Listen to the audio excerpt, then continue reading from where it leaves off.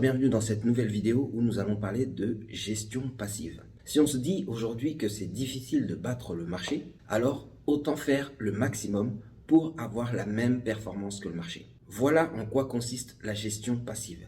La gestion passive vous permet d'avoir les mêmes résultats que votre benchmark, ça veut dire à peu près les mêmes résultats que l'indice ou le basket que vous suivez. Là, on se base sur le fait qu'il vaut mieux avoir des rentabilités plus faibles mais plus sûres que des rentabilités élevées comme le promet la gestion active mais qui sont beaucoup plus aléatoires. La gestion passive, c'est quand vous confiez vos fonds à un gestionnaire, donc à un gérant qui va se charger d'avoir les mêmes performances à peu près qu'un indice que vous visez. Donc ça peut être un indice américain, un indice européen ou un indice africain.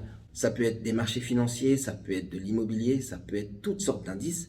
Le but est d'avoir les mêmes performances que cet indice. On sait très bien que les marchés financiers peuvent offrir des rentabilités allant de 7 à 9% en moyenne. Donc, il vaut mieux quelquefois faire de la gestion passive et se garantir 9% plutôt que de chercher à battre le marché et au final ne pas être sûr de battre les 5%. Donc le gérant va faire en sorte de suivre au maximum le benchmark, donc l'indice de référence. Il va prendre les actions qui composent cet indice et il va essayer de faire un mix de ces actions ou un mix de ces actifs et ça lui permet d'avoir à peu près les mêmes rendements que son benchmark. Alors, en faisant ce type d'allocation, il va avoir une gestion beaucoup plus stable. Il fera moins d'allers-retours et aussi vous savez exactement ce qu'il a mis dans votre portefeuille. Donc la gestion passive permet d'avoir une lecture beaucoup plus simple de votre portefeuille et beaucoup plus précise de votre portefeuille. Et aussi souvent elle coûte beaucoup moins cher parce qu'il y a beaucoup moins d'allers-retours, il y a une gestion plutôt stable du portefeuille pour coller l'indice de référence et ça fait que vous allez avoir beaucoup moins de coûts de transaction, beaucoup moins d'achats-reventes. Moins de transactions, ça veut dire moins de frais. Donc vous allez faire de meilleurs résultats.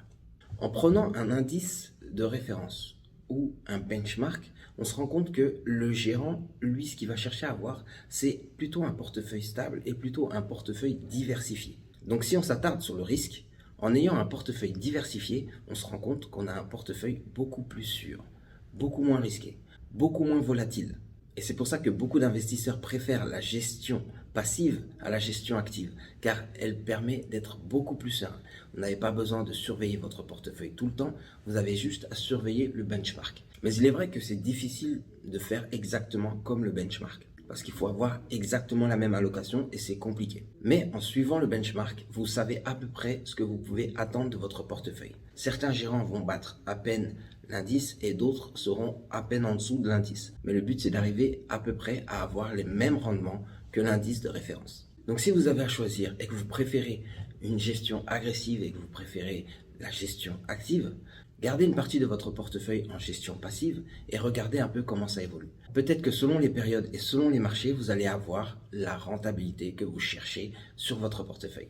C'est tout pour moi, merci d'avoir suivi cette vidéo sur la gestion passive, c'était Serge Aliwania pour le Café de l'investisseur.